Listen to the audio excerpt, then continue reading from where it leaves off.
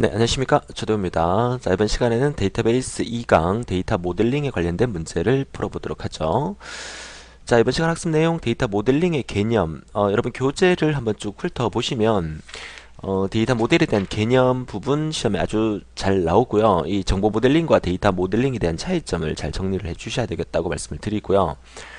그리고 이제 데이터 모델에 속하는 것 중에서 개념적 데이터 모델과 논리적 데이터 모델을 또 구별할 수 있도록 정리를 해 주셔야 되겠고요. 그 부분 위주로 이번 시간 문제풀이가 정리가 될 거고, 그리고 이제 개체 관계 모델에 대한 ER 모델에 대한 부분, 또 피터 첸이 만든 ER 모델에 대한 부분에 대해서 정리를 하시고, 그리고 이제 2.3 단원에 해당되는 논리적 데이터 모델의 종류가 또 어떤 것들이 있는지에 대해서 우리가 문제를 풀어보는 시간으로 만들어 보도록 하겠습니다. 자, 역시나 좀 빠르게 문제를 풀면서 여러분들이 본 강의를 듣고 실제 문제는 어떻게 출제되는지를 완벽하게 정리하는 시간으로 만들어 보도록 하죠. 자, 1번 문제는 현실 세계에 존재하는 개체를 우리 인간이 이해할 수 있는, 이거 인간이 이해할 수 있는 구조로 바꾸느냐 아니면 컴퓨터가 이해할 수 있는 구조로 바꾸느냐, 이 차이에 대해서 우리가 많이 얘기를 했었고, 그 부분이 이제 데이터 모델링이냐 아니면 정보 모델링이냐, 이 두 가지를 구별하는 거죠. 그래서 우리가 데이터 모델링이라고 하는 것이 현실 세계에 존재하는 개체를 컴퓨터 세계의 데이터 구조로 바꾸는 것이 이게 컴퓨터 구조로 바꾸는 것이 데이터 모델링이라면, 정보 모델링은 우리 인간이 이해할 수 있는 형태로 바꾸는 게 정보 모델링이다. 이렇게 본강에서 우리가 공부를 했었죠. 자, 인간이 이해할 수 있는 구조로 바꾸는 거니까 정답은 나번이 되겠습니다. 자, 이 두 개 중에 하나가 답인데 이 3번, 4번을 답을 하면 큰일 납니다. 그쵸? 인간을 중심으로 하느냐, 컴퓨터 기계를 중심으로 하느냐, 이 차이에서 여러분들은 문제를 해결할 수 있어야 되겠습니다. 자, 이번 문제도 역시 데이터 모델에 대한 얘기를 하고 있는데요. 자, 부적합한 것은, 자, 정보 모델이 아니고 데이터 모델입니다. 정답부터 확인해 보면 이제 나번이 틀렸어요. 그러니까 나번이 왜 틀렸냐면 데이터 모델은 현실 세계를 데이터베이스로 표현하는 과정에서 개념적인 구조, 논리적인 구조, 물리적인 구조를 표현하기 위해 사용되는 게 아니라, 데이터 모델은 컴퓨터가 이해할 수 있는 컴퓨터 세계의 데이터 구조로 바꾸는 게 데이터 모델이다. 이렇게 정리를 하셔야 되겠죠. 그래서 항상 키워드가 데이터 모델은 컴퓨터 구조, 정보 모델링은 인간의 그 형태, 인간에게 맞는 어떤 추상적인 개념으로 진행한다. 이렇게 우리가 정리를 하시는 게 도움이 되시겠습니다. 자, 이어서 3번 문제 보면요. 하위 수준의 데이터 모델을 우리가 다른 말로 이제 물리적 데이터 모델이라고 얘기를 하죠. 그래서 물리적 데이터 모델의 가장 올바른 설명을 물었었는데, 물리적인 거니까 아무래도 기계적인 부분에 의미가 들어가야 되겠고, 그래서 결국은 데이터가 컴퓨터에 저장되는 방법을 묘사하는 게 물리적이다. 그래서 물리적은 어떤 기계적인 부분을 생각하시면 돼요. 컴퓨터의 구조. 그래서 결국 여기서도 이제 데이터가 컴퓨터에 저장되는 방법을 묘사하는 것이 바로 하위 수준의 물리적 데이터 모델에 대한 설명이다. 정답은 3번이 되겠고요. 4번 역시 데이터 모델의 구성 요소가 아닌 것은 그랬는데, 논리적인 데이터 표현의 데이터의 구조, 그리고 구성 요소의 연산, 구성 요소의 제약 조건. 자, 이 문제는 별표 하나 해두시고, 데이터 모델의 구성 요소가 아닌 것은 그랬는데, 여기서 말하는 이 데이터 모델이 또 물리적이냐 논리적이냐, 이 3번 문제랑 헷갈리시면 안 되고, 여러분 교재에 보시게 되면 자주 나왔던 문제인데, 여러분 교재에 이제 단원 2의 2.1 단원의 좌측 페이지 맨 아래쪽에 보시게 되면 갈로 5번에 보이시죠? 갈로 5번에 데이터 모델의 구성 요소라 그래서 첫 번째가 논리적으로 표현된, 다시 말해서 추상적인 개념의 데이터 구조와, 그리고 구성 요소의 연산, 그리고 구성 요소의 제약 조건, 이렇게 해서 세 가지가 갈로 5번에서 시험에 자주 나왔다는 거 표시해 주고 있죠. 그러니까 이 데이터 모델의 구성 요소, 데이터 모델이 속하는 구성 요소를 물을 때는 이런 물리적 저장 구조라는 개념은 아니라는 겁니다. 정답은 4번으로 보시고, 이 4번 문제가 이 3번 문제의 개념을 이해하는 데 있어서 조금 헷갈릴 수 있는 부분이기 때문에 잘 정리하셔서 우리 책의 좌측 페이지 맨 아래쪽에 갈로 5번에 데이터 모델의 구성 요소가 상당히 시험에 많이 나왔었죠. 이 세 가지를 반드시 외워달라고 부탁을 드리겠습니다. 자, 이어서 5번 문제 가도록 하죠. 자, 데이터 모델의 역시 구성 요소가 아닌 것은 똑같은 얘기입니다. 그죠? 첫 번째가 이제 데이터 구조의 정적 성질을 표현하는 데 사용되는 구조를 나타내는 말, 맞는 말이고요. 그 다음에 이제 관계는 아니고요. 데이터 인스턴스에 적용 가능한 연산 명세와 조작 기법을 사용되는 어떤 뭐 연산, 그죠? 구조와 연산, 그리고 마지막으로 제약 조건. 그게 이제 방금 우리 교재에서 봤던 갈로 5번의 데이터 모델의 구성 요소의 세 가지 논리적으로 표현된 추상적인 개념의 데이터 구조. 그 다음에 연산 그리고 제약 조건, 구조, 연산, 제약 조건, 구연제 이거 반드시 외워두셔야 됩니다. 첫 번째 글자 따서 구연제, 구조, 연산, 제약 조건 상당히 중요하고 많이 나오는 문제죠. 6번 문제는 이제 데이터 모델, 스키마, 인스턴스 간의 관계로 옳은 것은 그랬는데 역시나 교재에 갈로 6번에 맨 밑에 나오죠. 데이터 모델, 스키마, 인스턴스 관계는 맨 처음에 이제 모델이 먼저고 그 다음에 스키마, 구조를 만들고 그 다음에 인스턴스로 만들어가는 가번 형태의 순서를 여러분 역시 기억해 주시면 되겠습니다. 자, 이어서 7번 문제는 역시 전산 영어 문제인데 자, 이 entity type이라는 말을 올바르게 정의한 것은 무엇이냐 이렇게 물었죠. 그러니까 엔티티 타입이라는 게 뭐냐면 그, 그 같은 엔티티끼리 모아놓은 어떤 속성의 집합을 우리가 엔티티 타입이라 그래요. 그래서 영어로 문제가 나왔기 때문에 같은 엔티티를 같은 엔티티를 가진, 자, 요게 이제 1번 아니면 3번이 답인데, 뭐의 집합이다? 그쵸. 속성의 집합이죠. 그래서, 어트리뷰트의 집합이다. 이게, 같은 말이죠? 그죠? have the same domain. 아, 이거 도메인이 아니죠. 그죠? 같은 엔티티를 가진 속성의 셋이다, 집합이다, 가번이 정답이 되겠어요. 그러니까 이게 도메인이 아니고 엔티티의 같은 엔티티들의 집합을 의미하는 게 문제에서 얘기하는 엔티티 타입을 올바르게 정의를 하게 된 거죠. 자, 정답은 가번이에요. 자, 정리하셔서 전산 영어 관련 문제가 오히려 더 쉽다는 거 다시 한번 명심해 주시기 바라고요.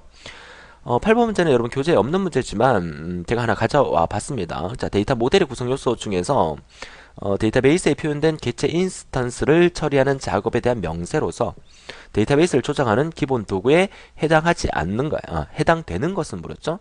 자, 이 해당되는 것은 뭐라 부릅니까? 그쵸. 운영을 나타내는 오퍼레이션이 정답이 되겠죠. 자, 이런 문제도 교재에는 안 나와 있으니까 문제를 통해서 한번 체크해 보시면 되겠습니다.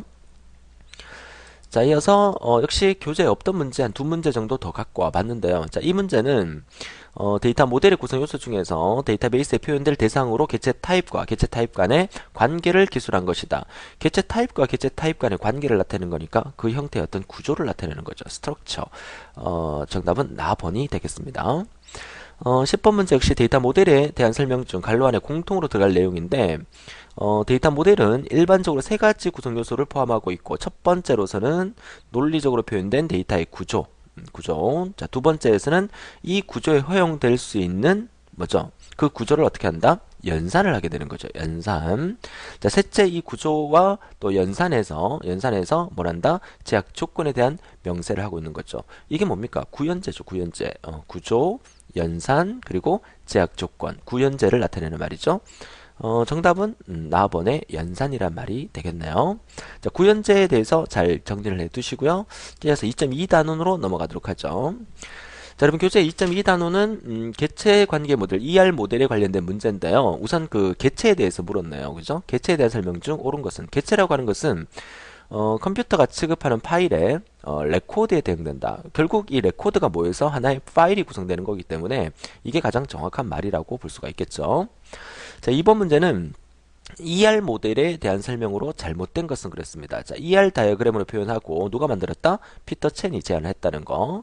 자, 1대1 유형만을 표현할 수 있다. 아니죠. 우리가 표현할 수 있는 것은 ER 모델에서 1대1, 1대다, 다대다까지 세 가지로 구성할 수 있다고 말씀드렸어요. 틀린 것은 나번이 되겠습니다.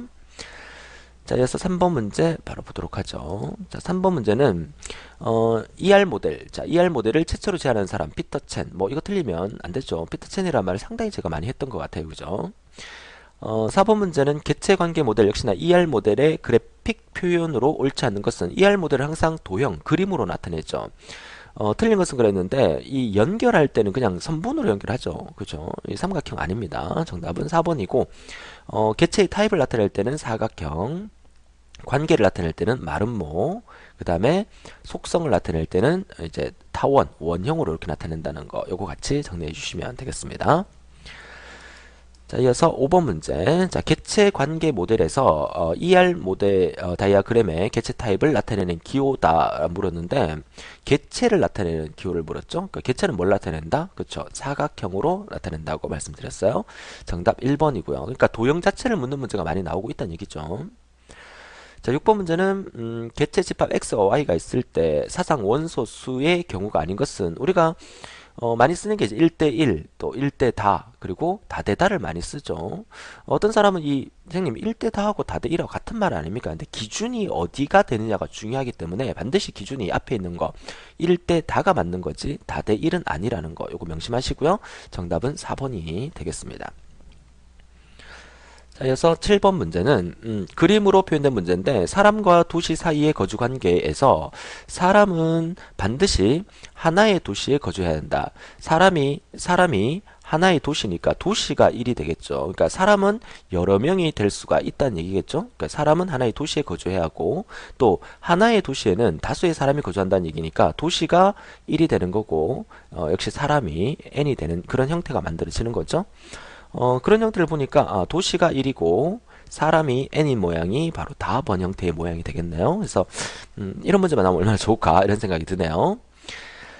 자, 8번 문제는 다음 설명이 의미하는 것은 원투원이 이게 1대1을 의미하는 거고 얘가 1대 다를 의미하는 거고 그죠? 자, 얘는 다대1을 의미하는 말인데 이 말은 답이 될 수가 없습니다. 그죠? 다대1은 존재하지 않는다 그랬습니다. 자, 매니투매니가 이제 다대다를 나타나는 거죠. n대 m을 나타내는 거죠. 자, 문제 보니까 이 A라는 이 엔티티가 엔티타이스 그러니까 B라는 거에 여러 개 그러니까 A가 만약에 1이라면 이 B라는 타입이 이게 엔티타이스니까 이게 여러 개라는 뜻이죠. 그런데 또다시 이 B라는 게 만약에 1이라면 A라는 엔티타이스니까 얘가 A라는 게 역시 N이란 얘기죠. 결국 무슨 말이냐면 A와 B와의 관계가 1대 N이고 또 B와 N과의 관계가 역시나 1대 N이란 얘기죠. 결국 A와 B와의 관계는 뭘 의미하는 거예요? 다대다를 의미하는 겁니다. 그래서 정답은 4번이 되는 거예요. 그러니까 결국 A와 B와의 관계가 다대다로 형성이 되면서 중간에 어떤 관계를 만들어 놓고 얘를 이용해서 1대 N 또 1대 N 이렇게 구성을 하게끔 이렇게 만들어 준다는 의미로 이해를 하시면 되겠습니다. 전산 영어 문제 치고는 약간 좀 까다로운 형태의 문제였다고 볼 수가 있겠어요. 한글로 나왔다면 그렇게 어렵지 않은 형태의 문제였는데 그죠? 자, 이어서 2.2 단원의 9번 문제인데요. 자, 이 문제에서 가장 중요한 것은 이 학과라는 이제 테이블이 있고 대학이라는 테이블이 존재를 하는데 이 까만 점으로 표시된 게 이제 기본 키를 의미하는 거예요. 그래서 우리가 기본 키로 나타낸다 그러면 반드시 우리가 다대다 관계 1대 다 관계에서 여기가 만약에 학과 코드고 여기가 만약에 학과 이름이라는 테이블이 존재한다면 또 다른 테이블에서 얘랑 서로 관계를 맺고 싶다는 말이죠. 그러면 반드시 여기에 속하는 속성과 여기에 속하는 속성이 일치하는 게 있어야 되고 이 속성에서 단과 대학명이 기본 키로 잡혀 있으니까 여기가 단과 대학명이 나오고 얘가 만약에 기본 키로 쓰인다면 반드시 여기에 외래키로서 단과 대학명이 존재를 해야 된다는 거. 그래야만 얘랑 얘가 서로 관계가 연결시킬 수 있다는 거. 이거를 찾아주시면 돼요. 그러니까 가번이 맞는 말이죠. 학과의 학과 코드, 학과 이름은 기본적으로 여기에 학과 코드, 학과 이름이 나와 있잖아요. 하지만 대학이라는 테이블에 단과 대학명과 학장 이름에서 요 단과 대학명과 얘가 서로 관계가 연결되고 이 대학이라는 테이블에서 이 대학명은 프라이머리 키, 기본 키겠지만 이 학과 테이블에서는 이 학과 코드가 프라이머리 키, 기본 키지만 이 단과 대학명이 외래 키라는 걸 통해서 대학 테이블의 기본 키인 이 단과 대학명과 이렇게 연결이 되어 있어야 된다는 거. 그래서 가번이 정답이라는 거. 이거 본강에서 많이 설명을 드렸던 부분이네요. 정답 가번이 되겠고요. 자, 이어서 2.3 단원이죠. 논리적 그 데이터 모델에 대한 부분인데요. 역시 1번 문제는 관계형 데이터 모델에 대한 부분, 또 네트워크 데이터 모델에 대한 부분, 계층적 데이터 모델에 대한 부분, 또 객체지향 데이터 모델에 대한 부분. 여러분 교재의 2.3단원의 좌측 페이지에 갈로 2번, 3번, 4번, 5번으로 나와 있는 이 부분이 볼 수가 있겠는데요. 자, 옳지 않는 것은 그랬는데 틀린 걸 찾아보니까 다음번에 보면 계층적 데이터 모델은 계층적 그래프 구조로 되어 있는 게 아니라 무슨 구조로 되어 있다? 트리 구조로 되어 있다는 거. 요거 기억하신다면 충분히 답은 쉽게 찾을 수 있는 부분이고요. 자, 이번 문제는 이제 데이터 모델에 관한 설명으로 가장 적합한 것은 그랬는데 데이터 모델이니까 역시나 현실 세계를 데이터베이스에 표현하는 중간 과정으로서 데이터의 구조를 논리적으로 표현한 것이다. 자, 이게 가장 정확한 말이다. 이거는 여러분 교재에 데이터 모델에 대한 부분이니까 관계형 데이터 모델, 또 계층형 데이터 모델, 네트워크형 데이터 모델, 객체 지향형 데이터 모델 네 가지가 2번, 3번, 4번, 5번에 나와 있고 그 위에 보시면 이제 논리적 데이터 모델에 대한 정의 부분이 있죠. 그 부분을 좀 잘 읽어 보시면 되겠다라고 말씀을 드리고 싶고요. 이 그 데이터 모델에 관련된 이 부분이 여러분 교재 2.3단원에 한 페이지만 지금 설명이 되고 있잖아요. 이 부분들이 시험에 상당히 많이 나오는 편이에요. 그래서 이 부분들을 좀 잘 정리해 달라고 부탁을 드리고 싶습니다. 자, 이어서 3번 문제는 데이터 모델의 성격이 다른 것은 나머지 색과 다른 것은 그랬는데 역시나 이 방금 설명드렸던 관계 모델 그리고 계층 모델 네트워크 모델 그리고 객체 지향 모델 이건 전부 다 논리적 데이터 모델이라고 말을 한다면 앞에서 배웠던 이 ER 모델이라는 것은 물리적 데이터 모델에 속하는 거다. 그러니까 논리적 데이터 모델이냐 물리적 데이터 모델이냐 이것을 구별할 수 있으면 된다라고 말씀을 드리고요. 4번 문제는 이제 계층 데이터 모델에 대한 특징으로 옳은 것은 그랬는데 역시나 계층 데이터 모델 구조죠. 그 계층 데이터 모델 구조는 아까 앞에서 어떤 구조로 되어 있다 그랬어요? 그렇죠. 트리 형태로 되어 있다는 3번이 정확한 말이 되겠죠. 4번 문제 정답은 3번이 되겠고요. 자, 이어서 5번 문제는 계층 데이터 모델의 두 레코드 간의 직접 표현 방법을 제공하지 않는 것은 그랬습니다. 계층 데이터 모델이에요. 계층 데이터 모델은 트리 구조로 되어 있다 그랬죠. 트리 구조 같은 경우에는 부모가 있고 자식이 존재하는 자, 이런 형태의 구조가 트리 구조잖아요. 그러면 이럴 때 다관계가 성립될 수도 있고 아니면 이렇게 해서 1대1 관계가 성립이 될 수도 있잖아요. 근데 뭐 밑에서 이제 자식이 하나지만 또 이렇게 부모가 여러 개 돼서 이렇게 다대일 관계의 트리 구조도 만들어질 수는 있어요. 그죠? 근데 이 다대다 관계는 이거는 성립될 수가 없죠. 트리 구조에서는. 아무리 그림으로 다대다를 그리려 하더라도 그렇게 다대다를 그리게 되면 이런 식으로 그림이 막 이렇게 꼬이게 돼버립니다. 이런 구조를 우리가 트리 구조라고 할 수는 없는 거죠. 정답은 3번이 되겠고요. 자, 6번 문제는 데이터 네트워크 모델과 계층 데이터 모델의 공통적인 속성으로만 짝지어진 것은 이것도 상당히 중요한 문제예요. 별표 하나에 두시고 여러분 교재에도 그 공통적으로 사용될 수 있는 부분을 물었던 내용들이 역시나 여러분 교재 좌측 페이지에 나와 있습니다. 그죠?